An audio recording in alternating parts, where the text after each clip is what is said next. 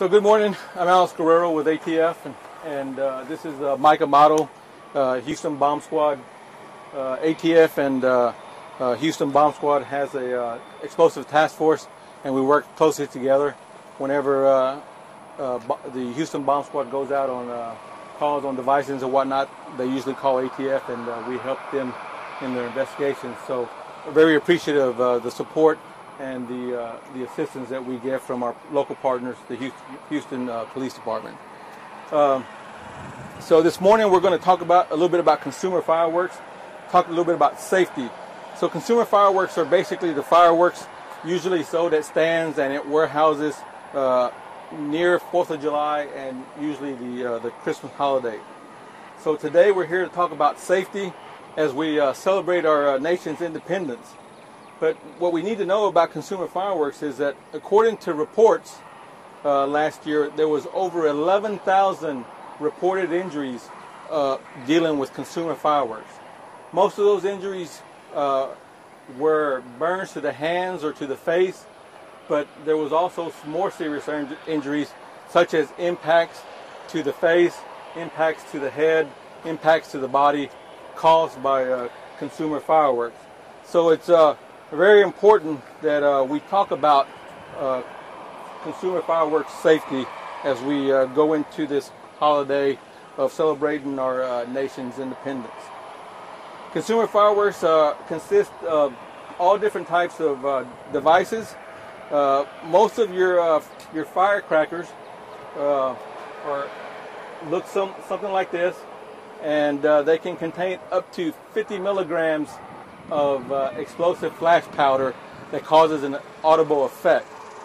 50 milligrams is about half an aspirin of flash powder. So I have a demonstration up here. You're welcome to come up later and see that one of these caps right here is the most amount of powder that a consumer firework can contain that produces an audible effect. Aerial devices, meaning the fireworks that go up into the air, that are sold to the public, can contain up to 150 milligrams of powder.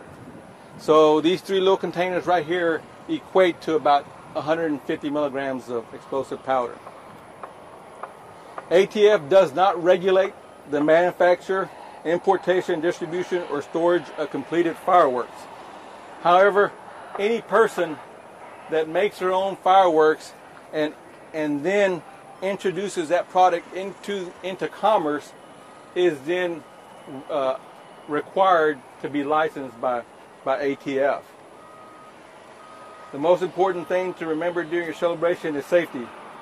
Make sure that you buy your explosives from a reputable fireworks distributor. That way you know that those fireworks that they're selling have been tested by the Consumer Product Safety Commission. The Consumer Product Safety Commission is a federal agency that tests all different types of products that are used by the consumer, fireworks being one of those products, and they make sure that it's safe for the public to handle. But you have to understand that even some of these consumer products that are allowed to the public can cause you injury if you don't properly use them. So here I've got several different types of consumer fireworks. These are your big display fireworks. The main thing is that for the public to know is along the side somewhere is going to be the initiation for these devices. The main thing that you need to make sure is when you're lighting them is don't let your kids do this. Make sure you had adult supervision. Make sure that adult is mature enough to handle these devices so that we can safely enjoy these items as they were meant to be used. So when you're lighting these things, the fuse is right here on the side. Make sure that you have an approved lighting device. Make sure you're arm length away. That way, in case for some reason this fuse takes off immediately and lights the item, you're not going to have your face in front of it. You're not going to have your arms, your hands in front of it, which could cause injury. And that goes for all these other smaller devices. Even though they're smaller, you have a projectile that is being propelled upward, and they can cause real serious injury if they hit you as they're coming out. Also, you need to make sure that you need to place these on a level ground and make sure that they're not tilted or turned one way, because when you light them and then that individual projectile is coming up, it could flip over, and if it flips over, you know, it's just going to, instead of going up, it's going to go out toward wherever your spectators are at, and that can cause injury. So make sure you have plenty of distance, usually about, you know, 300 feet, you know, from where your spectators are at, and that gives them a good field of vision that they can see these fireworks go up in the air and enjoy their fireworks during our 4th of July celebration. Sparklers, the kids really like the sparklers, and you just got to make sure that you light it for the kids first, then hand it to them. Make sure that they keep the sparklers arm's length away from other kids. The kids will get kind of excited. They'll start, you know, moving all over the place, and they could end up burning their brother or their sister and whatnot. And these burn with a lot of heat and intensity. So just, you know, touching your skin could cause severe burns. Your firecrackers here, again, your consumer fireworks are going to have some type of warning label either on the firecracker itself or somewhere on the packaging, or both. If you don't see any warning labels, you know, you're not going to be sure that those items were tested by the Consumer Product Safety Commission, and you're not going to be for sure know that it's safe for you and your family to use. So avoid firecrackers that you don't see any warning labels. As far as fireworks use in the city of Houston, Chief, what are the rules pertaining to that? In the city of Houston, you cannot store, manufacture, sell, or use fireworks in the city of Houston. You may transport fireworks through the city, but you have to be in the original container and in an unpassenger area of the vehicle, trunk, or the rear of the back seat of the truck. The fines range from anywhere from $500 to $2,000. We have numerous professional displays throughout the city. You can go to the City Houston website or the Houston Fire Department website to find out where the professional fireworks displays are. And that's what the HFD recommends. Thank you, Chief. So, just one other thing, when you go to fireworks stands and you see some of these firecrackers that say M150s, M100s, these are still going to be your consumer fireworks, and as you can see, they have warning labels, so they've been tested. But just know that these firecrackers, even though they look bigger, still cannot contain more than 50 milligrams of powder. So all they do is take a small firecracker and put it into a big container and seal it off, and it appears to be a bigger firecracker, but it's still just a regular consumer firework. Talking a little bit about illegal M80s. Sometimes somebody might pull up to your house and say, "Hey, I've made my own firecrackers. They're better than the consumer fireworks that you can get down at the stand." And these right here are examples of what we call M80s, M100s, M250s, M1000s. And basically, they're just cardboard tubes, end plugs, and hobby fuse that can be utilized to make into illegal explosive devices. Now, these items are considered banned explosive substances by the state and federal government, and really are not supposed to be used by the consumer. They have not been tested by the Consumer Product Safety Commission, and they contain a substantial more amount of explosive powder in there that can cause serious injury. Also, the individuals that are making these things, you wouldn't know what kind of recipes they're using to mix up their explosive powders. You don't know what type of hobby fuse that they're using that's going to give you a good delay to get away from the item after you light it. So they can be extremely dangerous, and they can cause serious damage if you get into an accident with one of these. So avoid these at all costs because they can cause serious injury. Now, on this board here are just some of the raw materials that are used to make some of these different M80s, M100s. You have your different components here to make your flash powder. You have your end caps to plug your tubes up, and then you have your cannon fuse to get you that delay once you light the device. So if somebody comes and tries to sell you some of these, that is illegal.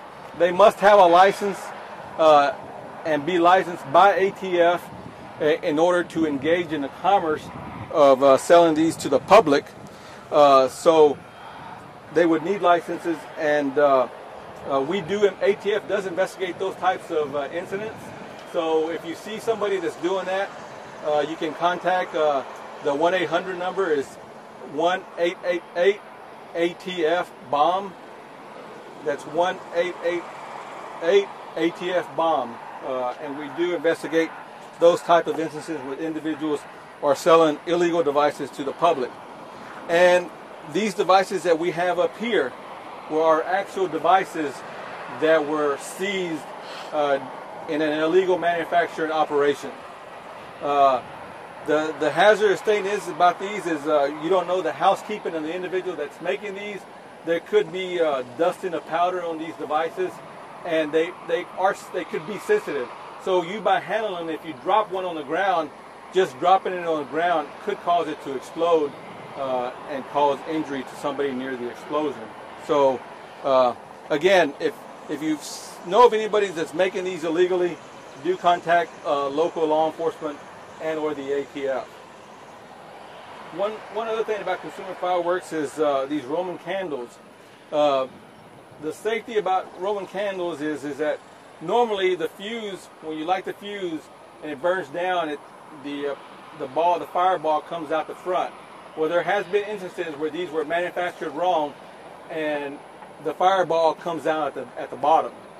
So it's imperative that you either, when you function these, hold them out to the side away from your body. That way, if it does malfunction, it's not going to impact you. Don't point it at your brothers and sisters or your friends. And if you really want to be safe, they make these launch tubes that you can just stick in the ground. Put the Roman candle in there, light it, and you can step away and watch the ball shoot out of the nose. So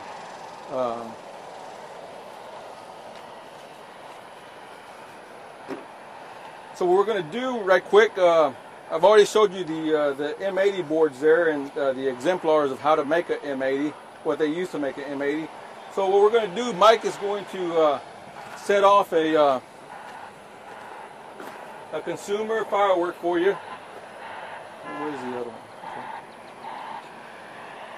And then he's going to set off one of M80s that we manufactured that is hotter than the consumer firework, and you're going to be able to tell the difference how much more power there is in a consumer firework or in an M80 firework as opposed to the consumer firework.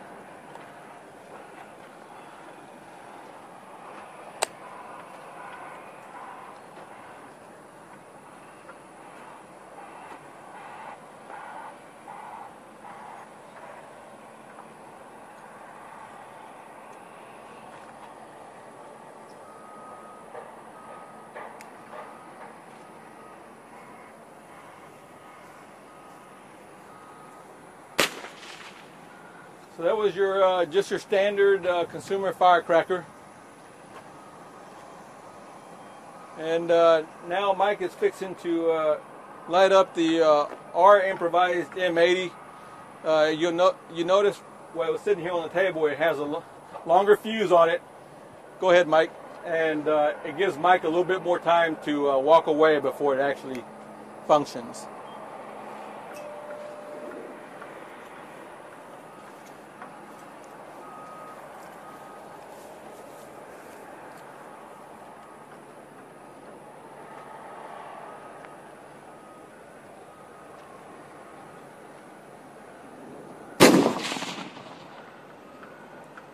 So imagine that being your hand with the M80 device versus a consumer firework.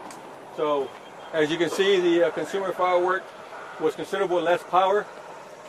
Therefore, it has less power for a reason, and that's so that the public can handle these and still have a good celebration utilizing a device that has less powder. And Mike, you want to get the, you got the one for the watermelon? Is it back there? So again, we're going to give you one more demonstration. We have a watermelon set up back here.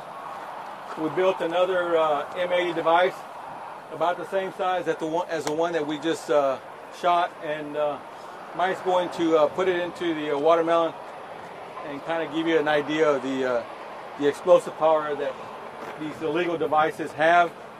And for these reasons, we don't want these items introduced into the public.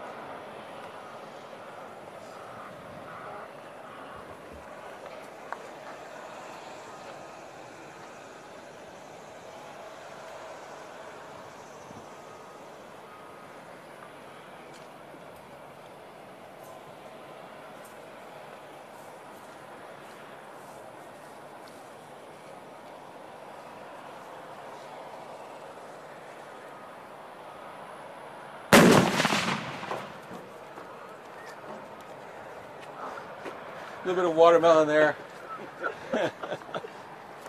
But as you can see, if that would have been your hand, that can cause some serious injuries. So again, if you know of anybody that's making these, do call ATF at 888 ATF bomb, and we'll surely look into those items. The last thing that I want to talk about is you probably heard of is sparkler bombs. And sparkler bombs are just a large quantity of sparklers that are wrapped tight in tape, and they'll have a couple of sparklers sticking out of the front of the nose here to give you the delay in functioning of these devices. These sparklers, as you well know, they've got wire on them, and when these things are manufactured, these are considered illegal explosive weapons by federal and state law. So parents, if you see your kids, this thing's all over the internet.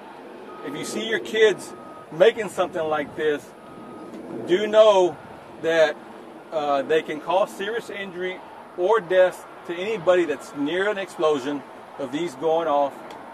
They do produce fragmentation because of the material that the sparkler is made out of, and they are illegal weapons under federal and state law. So, so a person that is in possession of one of these could potentially face legal charges for the possession of a sparkler bomb. So, again, parents, if you see your kids making these, call your local bomb squad over at Houston PD.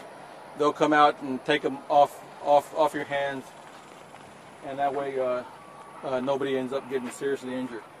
Now, toward the back here, we have a sparkler bomb set up.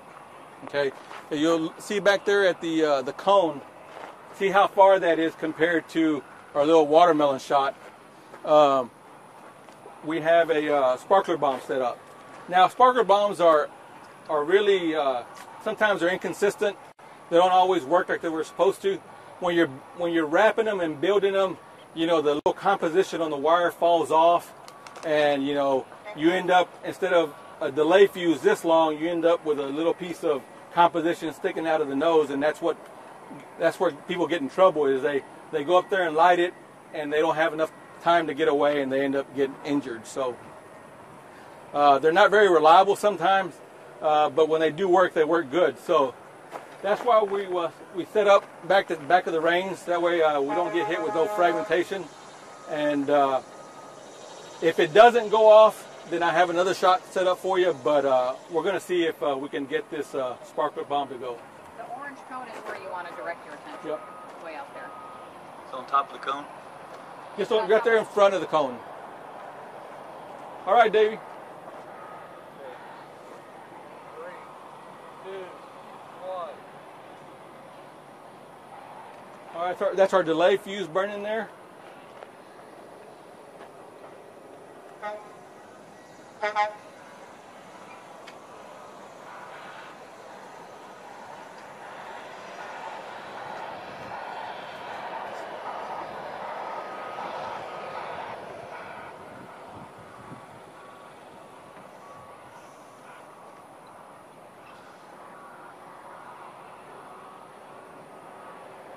And there you go. It didn't function. So as I was saying, they're very unreliable. The same thing happened to me when I'm making this sparkler bomb. The composition broke toward the bottom. I tried to repair it, but it didn't work. So if you'll point your cameras just to the left of the tree, we have a small high explosive charge set up that is comparable to the charge that the sparkler bomb would go. So we're going to shoot that off for you so you can see the potential power that one of these sparkler bombs may have. Is there a marker or just a little bit? No, just to the left of the tree. If you got the tree in your view, you'll be able to see it. All right, Matt. 3, 2, 1. So that was a small high explosive charge, and that is the potential explosive power that one of these sparkler bombs can have. So again, just advice is, if parents, if you see your kids making one of these, and I know kids like to do those, and because they can see this stuff all on YouTube, all over the internet, and they're easy to make. All it takes is a big bundle of sparklers, and but just know that they are illegal, and if you know of anybody that's making them, do contact your safety law enforcement agency, and we'll have it addressed. Chief, you got anything else? No, that the Houston Fire Department want to wish everybody a happy 4th of July and just be safe. Thank you.